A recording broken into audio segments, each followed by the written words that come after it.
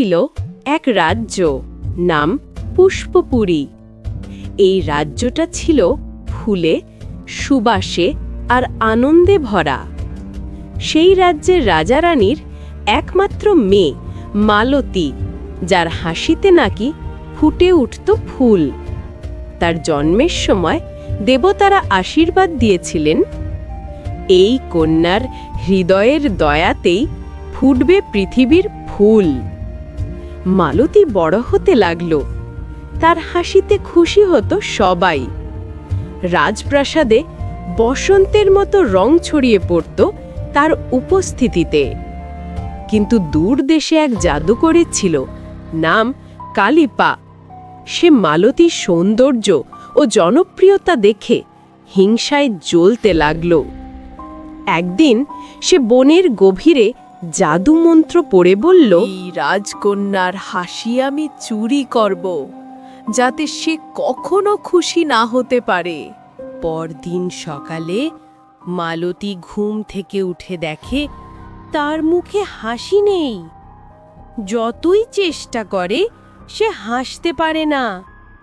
ফুলেরা মরে যায়, আকাশ মেঘে ঢেকে যায়, পুষ্পপুরী রাজ্য হয়ে ওঠে বিষণ্ণ।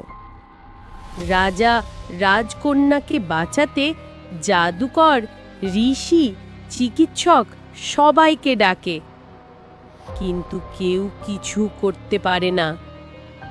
একদিন মালতী একা বনে যায়। সেখানে এক বৃদ্ধ মালী তাকে বলে, তোমার হাসি হারায়নি, ওটা বন্দি আছে জাদুকরীর জাদু ফুলে। সেই ফুলের পাপড়ি খুলবে শুধু তখনই যখন তুমি কারো জীবন বাঁচানোর জন্য হাসবে। সেদিনই মালতী দেখে এক গরিব ছেলে নাম অর্জুন বনে পড়ে আছে। বিষাক্ত সাপ কামড়েছে তাকে। সে বুঝতে পারে এখন যদি হাসে ছেলেটা বাঁচবে। মালতী ধীরে চোখ বন্ধ করে মৃদু হাসে। হঠাৎ ঝলমলে আলো ছড়িয়ে পড়ে, অর্জুনের শরীর থেকে বিষ চলে যায়, ফুল ফুটে ওঠে, আকাশে ফিরে আসে সূর্যের আলো। কিন্তু সেই মুহূর্তে জাদুকরী কালিপা উপস্থিত হয়। তুমি আমার জাদু ভেঙে দিলে। দয়া আর ভালোবাসা কোনো জাদুর চেয়ে শক্তিশালী। আমি এত বছর ধরে অন্ধকারে ছিলাম, তোমরা আমায় আলো দেখালে। তোমার হাসি পৃথিবীর জাদু। অভিশাপ ভাঙে, রাজা জীবিত হয় আর ফুলে ভরে যায় রাজ্য। রাজকন্যা আর অর্জুনের বিয়ে হয় আর রাজ্যে ঘোষণা করা হয়, হাসির শক্তি পৃথিবীর সবচেয়ে বড় জাদু।